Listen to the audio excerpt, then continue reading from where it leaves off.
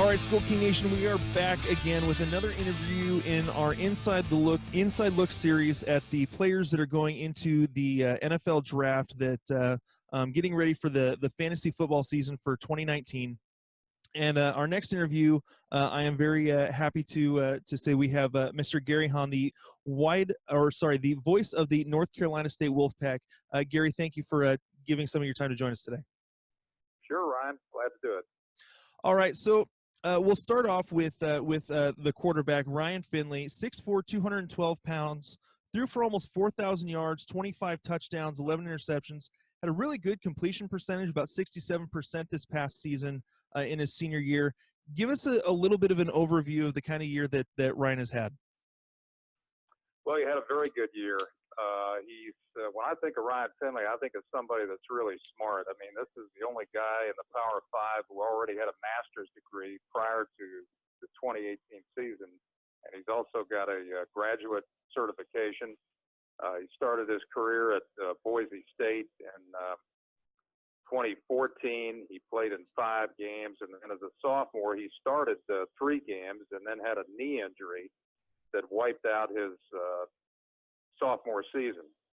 And he's worn a knee brace ever since then. And after that season, this guy is so smart. As I mentioned before, he's got 3 degrees. He graduated early from Boise State, and his offensive coordinator at Boise State was Eli Drinkwitz, and he took the offensive coordinator job at NC State and basically brought Ryan Finley with him. So first thing I think about with Ryan Finley is being very smart. He's poised. He's hard to rattle. He can obviously make all the throws. He doesn't really force things that much. He manages the game very well. He goes through his progressions very well. He just doesn't, obviously at his level, you're not going to lock on to the number 1 hot receiver, and when he goes away, you're going to start to take off. He doesn't do that. He can find the second and the third and the fourth options. He's got a good personality, and I think he's going to make a very good pro quarterback. I'd like to see him put on some weight at 6'4", 212 pounds. I think he probably needs to add a little bit of bulk.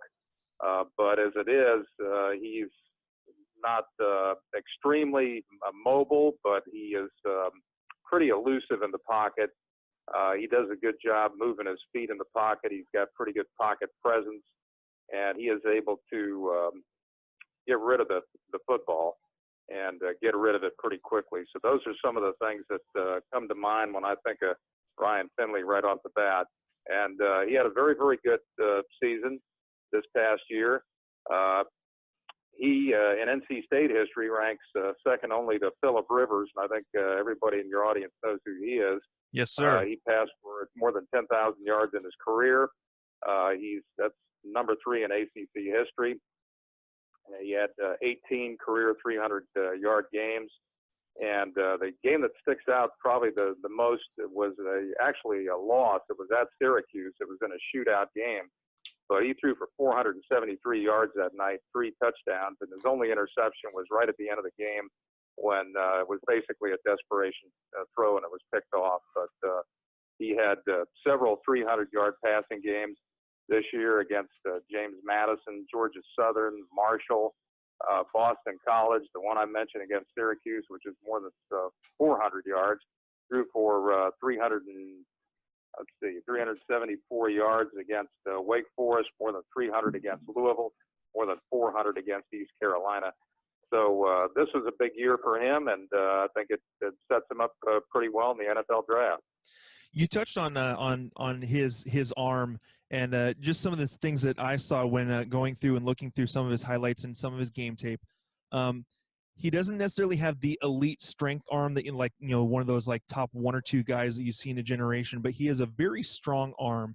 He gets the ball out quick, and I think the thing that really got to me was he has great touch, and like you said, he can make all the throws. Watching him make the deep fades, the back shoulder throws to receivers, great timing with his receivers. Those are the things that really stuck out to me when watching his game tape. Yeah, you probably say he's got average arm strength, but he gets rid of the ball so quickly, And this past season, he really made a concerted effort to improve his ability to throw deep. And he really improved in that area. I know going into the season, he wanted to be able to run the football a little bit more because this is a guy that's got kind of a toughness edge. He doesn't look like a real tough guy, but he's got a toughness edge. And he's pretty clever with his mobility. He's got good pocket awareness. And, again, the thing that just keeps coming back with Ryan Finley is how smart he is, not only academically, but smart in being able to manage the game, know where to go with the football. And, I think that's one of the things that separates him from some of the other quarterbacks. Yeah, going into kind of beyond just the actual abilities, just the physical abilities. Maybe if you could touch on just a little bit in terms of being the quarterback and running the huddle, kind of the type of leader that he is, not only in the locker room but on the field. Whether is he kind of the. We've had a lot of these interviews where it's they're not necessarily the demonstrative, like a Baker Mayfield was last year, but they're more the they get the job done. They're more the quiet leader, lead by example type. Maybe you could give us just a little bit of a thought on how Ryan Finley kind of leads the huddle and the field. Well, I think he exudes confidence. When he came into NC State, there was another kid there named Jalen McClendon, and everybody liked him. So Ryan Finley, as an outsider, had to come in, and he had to pretty much win the entire team over with his personality. And he was able to do that, to his credit. So I think that speaks well for him, that no matter what situation he's in, he's got a good personality. He's very good with people. He's pretty good with the media. And the only thing sometimes with dealing with the media, he's so smart that I don't think he suffers fools very well. So when he gets really stupid questions, he's probably going to get a short answer. But I think he's a kid that exudes confidence. He's able to win people over and get them to do what he wants them to do. And as a quarterback, you're kind of a coach on the field, and you have to be able to do that. So I think that's another one of his really good traits, that he is able to exude that kind of confidence and get people behind him. Because I think when he was in the huddle and he was handling the huddle and needed to take the team down the field and do something in 2 minutes, I think everybody in that huddle really believed that they were going to get it done. All right. I can appreciate someone who doesn't like handling stupid questions. So that's all right. Let's go ahead and move on to the two wide receivers that we're talking about today. We'll start with Kelvin Harmon, 6'3", 214 pounds. Really has had two back-to-back great seasons. 81 catches for almost 1,200 yards and 7 touchdowns. Then you take the year before, almost 69 catches, over 1,000 yards and 4 touchdowns. Really a monster wide receiver, 600-yard games this season. Kind of give us a little bit into Kelvin Harmon's game. Well, the thing I remember most about Kelvin Harmon is he came in as a freshman. Nobody really knew a whole lot about him. They knew he was fairly highly recruited. But I just remember there was one practice, just a normal practice in preseason, and there weren't too many people there. And there was a ball thrown toward the sideline in traffic, and he went up and made a catch that was, it would have been ESPN's #1 top 10 highlight. I mean, it was just incredible. And after that, I thought, this kid's special. And he continued to work hard. He continued to get better. And he's put himself in a really great position for the NFL draft. He's a kid with great hand-eye coordination and leaping ability. And the thing that I think separates him from some of the other receivers, that he is really, really good going up in traffic and being able to catch the ball. Doesn't matter if he's double teamed. He can somehow split the double team, go up there. He can make one-handed catches. He can make some of the best circus catches you've ever seen. And those are the things that I think are very, very incredible about Kelvin Harmon. He's got a great work ethic. Football is very, very important to him. And just from that one day when he was a freshman, I mean, I could just tell that this guy was really, really something special and going to put himself in position someday to go to the next level. You mentioned the contested catches. One of the things I saw in his game tape was his using the way that he uses his body. Almost you can almost say like a I don't know if he actually has a basketball background, but in the way he can use his body to box out the defender to make sure that he is the only one coming down with the football on those jump balls. I think his body control, how he can situate his body to make sure that he's the one coming down with the catch, was really impressive in what I saw of his tape. Yeah, it almost looks like he's doing it in slow motion. I mean, John Wooden used to say, what was it, be quick but don't hurry. Well, it looks like Kelvin Harmon's never in a hurry, especially when he's going up to catch a ball in traffic. And that's one of the things that maybe that's the greatest thing that he does. And he can do a lot of different things. And he's got, as you mentioned, great size. And he's at NC State. He's in some pretty tall cotton. I mean, he's joined a couple of Wolfpack greats, Torrey Holt and Jericho Cotry, as the only players in school history to turn in 2 1,000-yard receiving seasons. And the year that he had, even though he didn't play in the bowl game, he still had 1,186 yards this past season. That was the number 4 mark in school history. He led the ACC in almost 100 yards receiving a game, and that was in the top 15 in the FBS. So, you just can't, as far as I'm concerned, you can't say enough good things about Kelvin Harmon. Yeah, the last thing I want to touch on is just he has pretty good speed for a guy his size, and his ability, getting kind of back to his ability to kind of control his body, his ability to get feet down near the sideline. Again, just his foot quickness, again, to be able to get that burst to get away from defenders, and then also on the sidelines, his ability to toe tap on again, contested catches or things that he's got to reach for. Again, just a very impressive wide receiver. Yeah, he can make catches over the middle. There's no doubt about that. But State would use him a lot of times with fade routes in the corner of the end zone. They would throw a lot of sideline patterns to him, and you're absolutely right. I think he used the sideline to his advantage, and he always seemed to know where he was when he was able to come down with a football. And when you've got 2 guys hanging on you and you're trying to make a catch, and then you make it, you're still able to get at least 1 foot in bounds, which you have to do in college, is pretty incredible. And that's what I mean about the great hand-eye coordination that he has and great body control. And this is a guy, I think, that I mean, the Pittsburgh Steelers may be looking for a wide receiver. I think he'd be a pretty good pick for him. I think he would fit in quite nicely there. So moving on, we talked about Kelvin Harmon, how he, you mentioned how they use him kind of lining up outside. Moving on to the next wide receiver, Jakobi Meyers. It seems to me like they used him more of like an inside slot guy. 6'2", 203 pounds this last year, 92 catches, 1,000 yards, 4 touchdowns, had 500-yard games himself, had 4 games of 10-plus catches. Give us a little bit on Jakobi Meyers in his season. Well, he was a first-team All-ACC performer, just like the others that we've been talking about.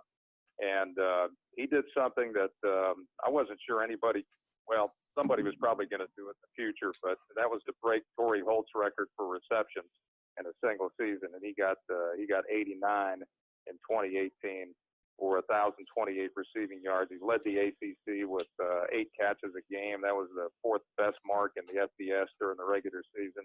He ranked 3rd in the ACC in receiving yards per game, which was just about 84. That was in the top 20 in the FBS. And another smart kid. I mean, he was a junior in eligibility, and he graduated from State in December before he turned pro. So he's already got his degree. He's a young man who began his career as a quarterback at NC State. But then when Ryan Finley came in, he could sort of see the handwriting on the wall, and he just wanted to be part of the team. And with the kind of athletic ability that he had, he was moved to wide receiver. And that's the thing that I'm going to remember about Jakobi Meyers is his athletic ability. Excellent open field runner after catching the football. Very, very elusive, hard to bring down. And a guy that if he's got space, he's he's going to burn you. I mean, he's going to hurt you. I think the thing that jumps out to me most watching Jakobi Meyers in his game film is his toughness. As a slot receiver, watching a lot of his routes over the middle, his strong hands catching the ball in traffic with guys on top of him, linebackers getting, right there, getting ready to hit him as he's catching the ball. His focus on catching the ball and his willingness to take a hit really, really stuck out to me in watching his game film. Well, when you're a slot receiver, you're going to get a lot of stuff over the middle, and that's what happened to him. But you're right about his toughness. He played several games, if my memory serves me correctly, toward the end of the season, and he wasn't 100%, but he kept gutting it out. And to go along with that athleticism, you've got that toughness and a guy who can make people miss. And that's something that's very, very important going to the next level too. And this guy can really do that. Yeah, you mentioned his ability to sneak away and get away. Watching his route running, very, very crisp, making those tight corners, on the ins and the outs. Making a tight move, running. When he was running a corner or a post. I think that his overall football IQ, like you said, he's a very smart guy. I think his football IQ is just is phenomenal, and his like you said, his speed, his athleticism. I guess my note here says his athleticism, quote unquote, jumped off the videos. Some of his ability jumping over defenders, getting around defenders, and his ability to go up and high point the ball. Again, just another extremely athletic player. Yeah, and I'm trying to go by memory here, but I think Jakobi Meyers probably has just about the same leaping ability as Kelvin Harmon, but I think he's quicker and he's a little bit more elusive. And you mentioned his smarts. I think that's one of the reasons why they moved him to wide receiver. I mean, he began his career as a quarterback, so he already knew all the routes. He knew where the wide receivers were supposed to be, and so it was just kind of a natural progression for him to go to wide receiver and, execute the plays from another position.